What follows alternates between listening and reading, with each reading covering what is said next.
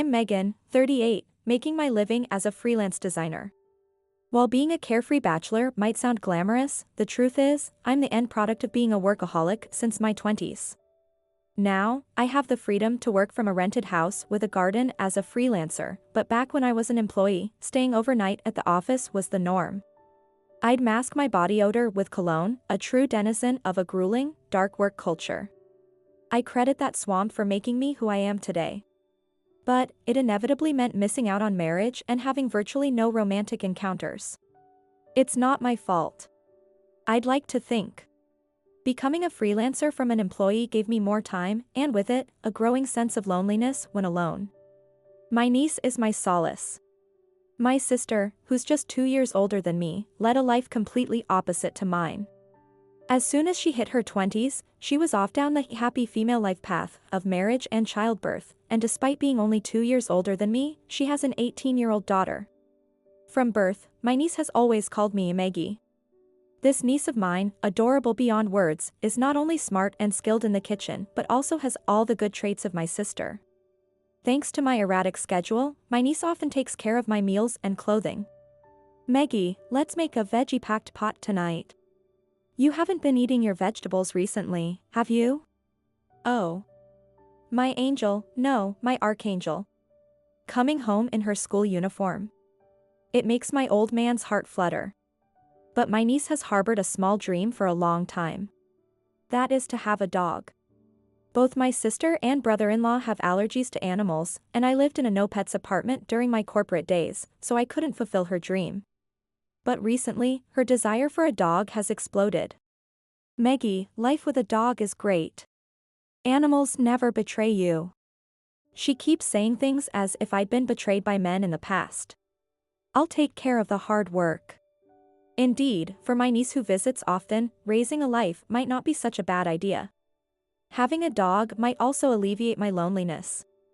That thought was still fresh in my mind when my niece and I, while shopping, passed by a pet shop. That's when we met Lucy. Lucy, a 2-month-old teacup poodle, was notably tiny.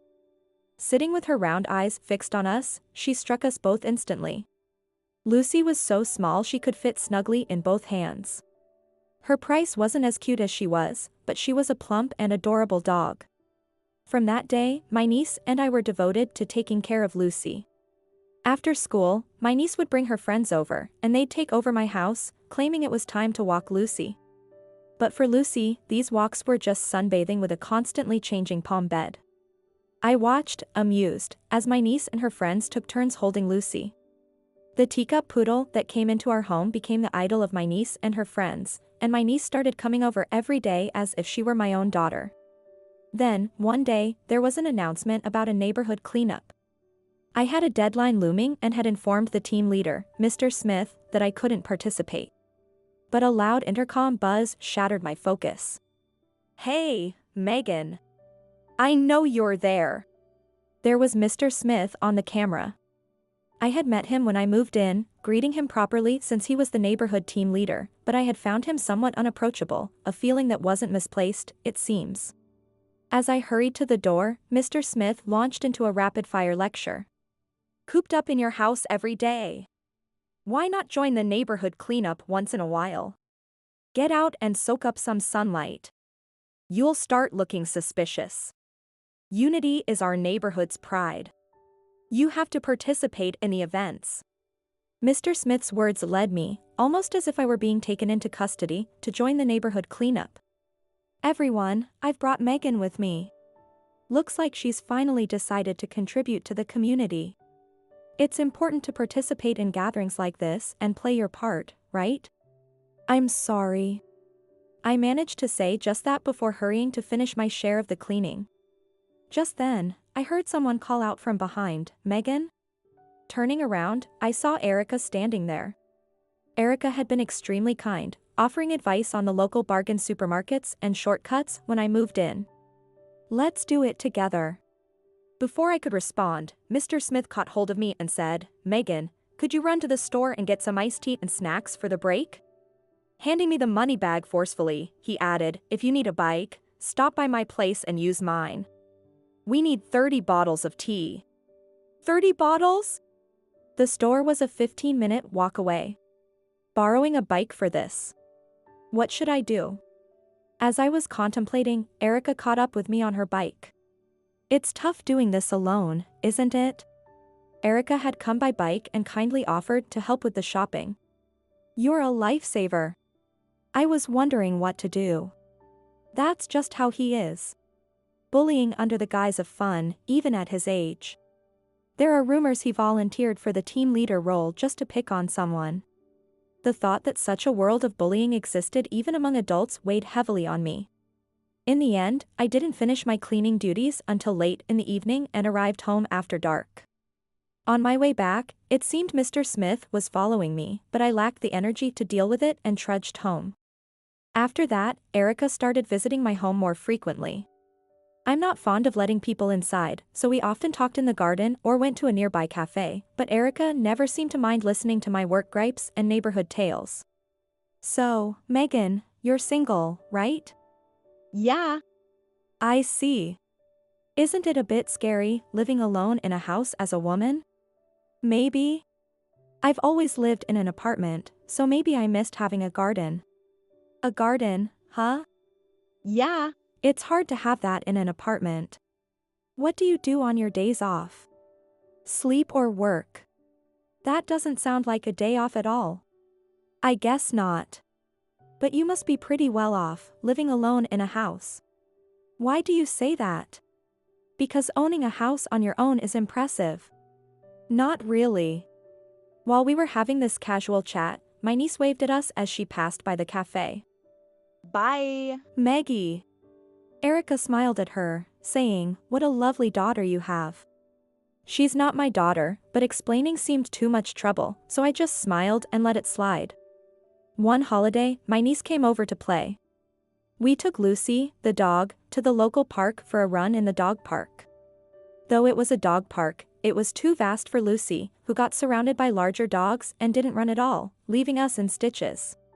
On our way back, walking with Lucy, Erica suddenly called out to me, "Megan." Erica, you're at the park too?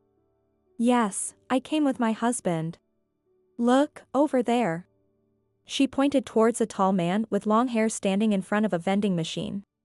I'll go ahead, Maggie. As my niece started running, Lucy also began to sprint with all her might. Go, Lucy. You can do it. Pitter-pattering along, desperately trying to catch up to her niece, Lucy ran as hard as she could, stumbling along the way. So, her name is Lucy, huh? Yes. She's really adorable. I guess I'm just a proud parent. Not at all. It's wonderful. With that, Erica went back to her husband. Sometime later, during a day off after work. Hello! Our doorbell rang, and I heard a man's voice. As I went to the front door, there stood a tall police officer. Huh? I couldn't help but let out a sound. I'm with the police. May I have a moment of your time? I instinctively stepped back and braced myself. Is there a problem? Yes. It's about your Lucy. Lucy? Yes. Lucy, you say? I asked again, thinking there must be some mistake. The thought that the officer had business with a dog filled me with anxiety. Yes. That's right, Lucy. The officer, with a firmer tone, made it clear. Oh, yes, sorry. So, there's a warrant out for your daughter, Lucy. What? For Lucy? That's right. It's Lucy. I couldn't understand what the officer was talking about. Why would she be arrested? Actually, your daughter has been recognized as a habitual shoplifter at the drugstore. Lucy, at a drugstore. Even if Lucy went into a drugstore, she could barely reach the lowest shelf with her front paws. Did she do it? There are 2 drugstores in the neighborhood, but could Lucy, if she escaped, do such a thing? But even when I've asked my niece to look after her, I've never heard such a story. And if it was about escaping, my niece would definitely report it. Really? Lucy did?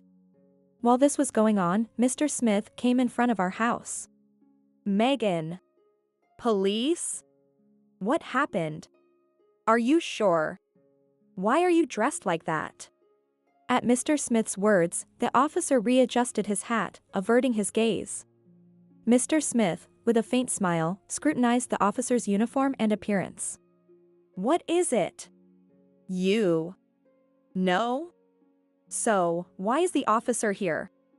Mr. Smith asked deliberately with a smirk. Something about my Lucy being a habitual shoplifter at the drugstore. Huh? Your Lucy? Yes.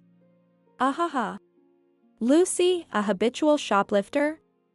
Come on, give me a break. The only thing Lucy could possibly take is a cicada shell, right? Ahaha. Cicada shell. Indeed. Hey, you guys. There's a warrant out for your arrest. How insensitive. Come on. Sorry about that. Can you show us the warrant? Mr. Smith said to the officer while laughing uproariously. That is, it's at the police station. No way, that won't do. You can't arrest someone without bringing the warrant, right? Well, since it's a case of habitual offense, we can do that.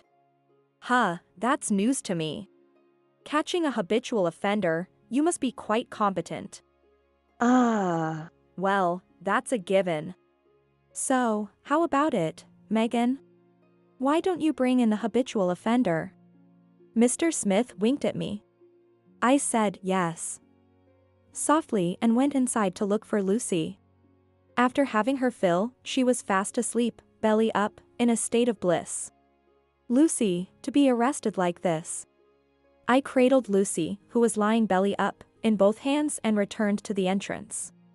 Here's Lucy. Excuse me? Ahaha. Please, give me a break. Let's let bygones be bygones, she's all belly up.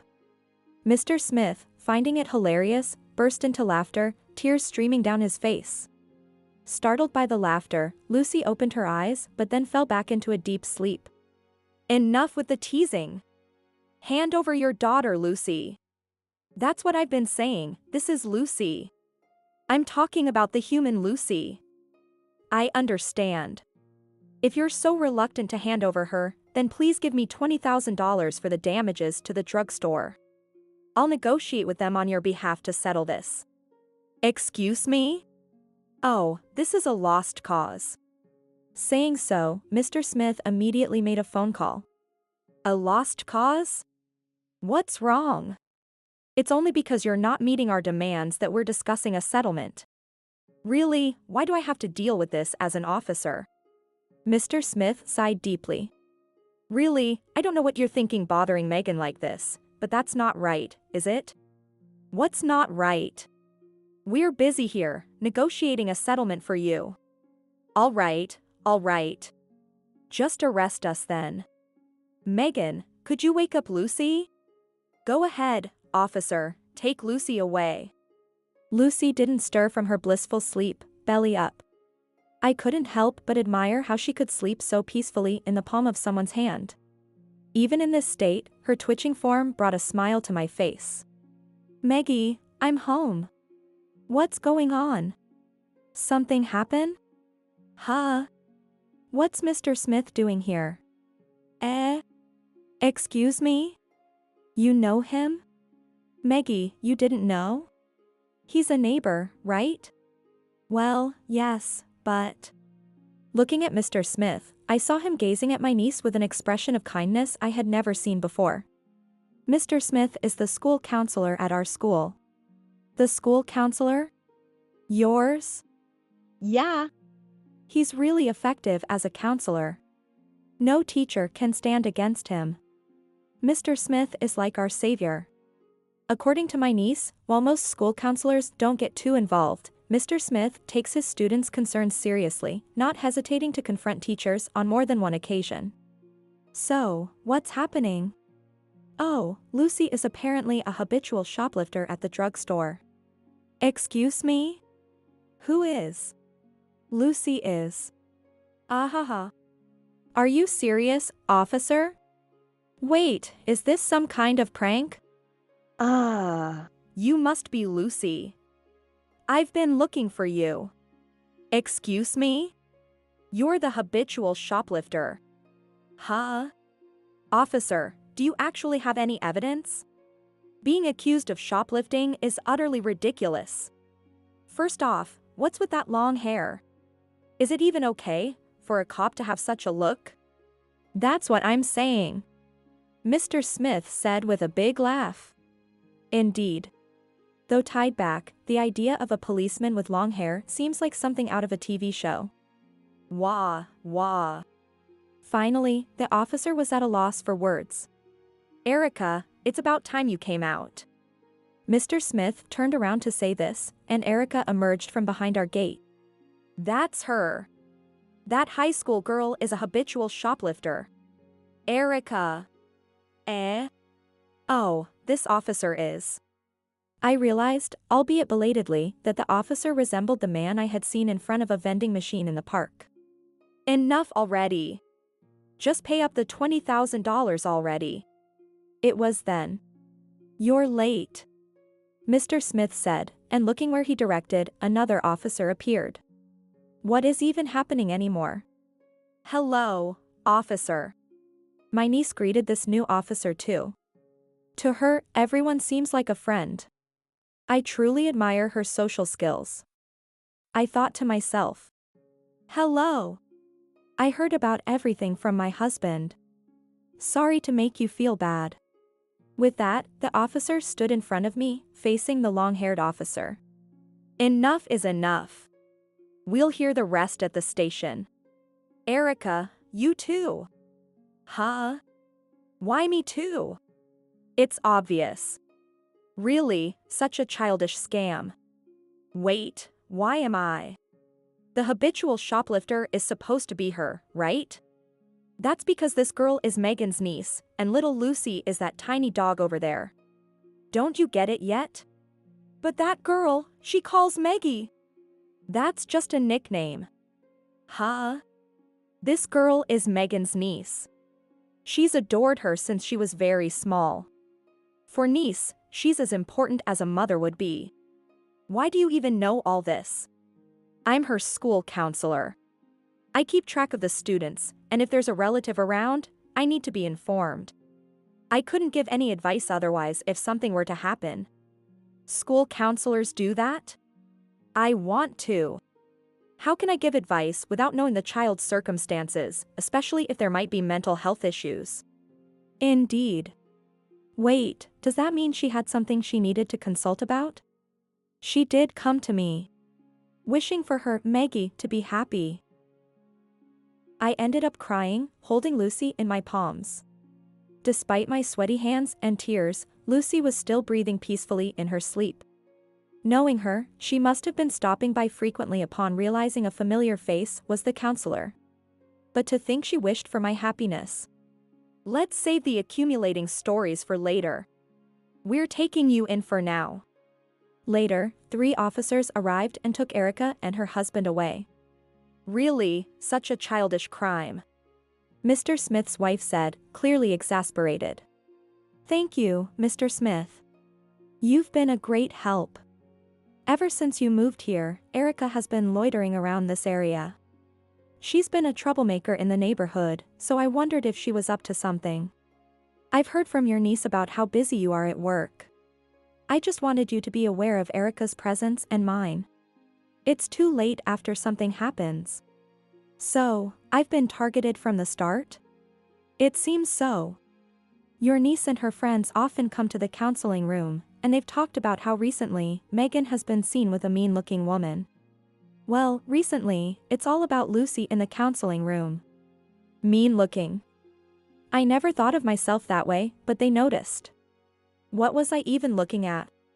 To mistake Erica for a good person and Mr. Smith for a bad one, I'm surprised Lucy didn't notice my lack of discernment.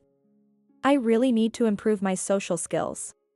Back when I was working and even now, I've always been a recluse, focused on work. Maybe I've never really learned to observe others. According to Mr. Smith, investigating the Erica couple revealed more fraudulent activities, making it unlikely they'd be seen anytime soon. As for me, maybe I've grown a bit since then. Surrounded by Lucy, who still sleeps belly up, my niece, her friends, and Mr. Smith, who's become a friend since that day, have started coming over, and I find myself surrounded by many people, living happily ever after.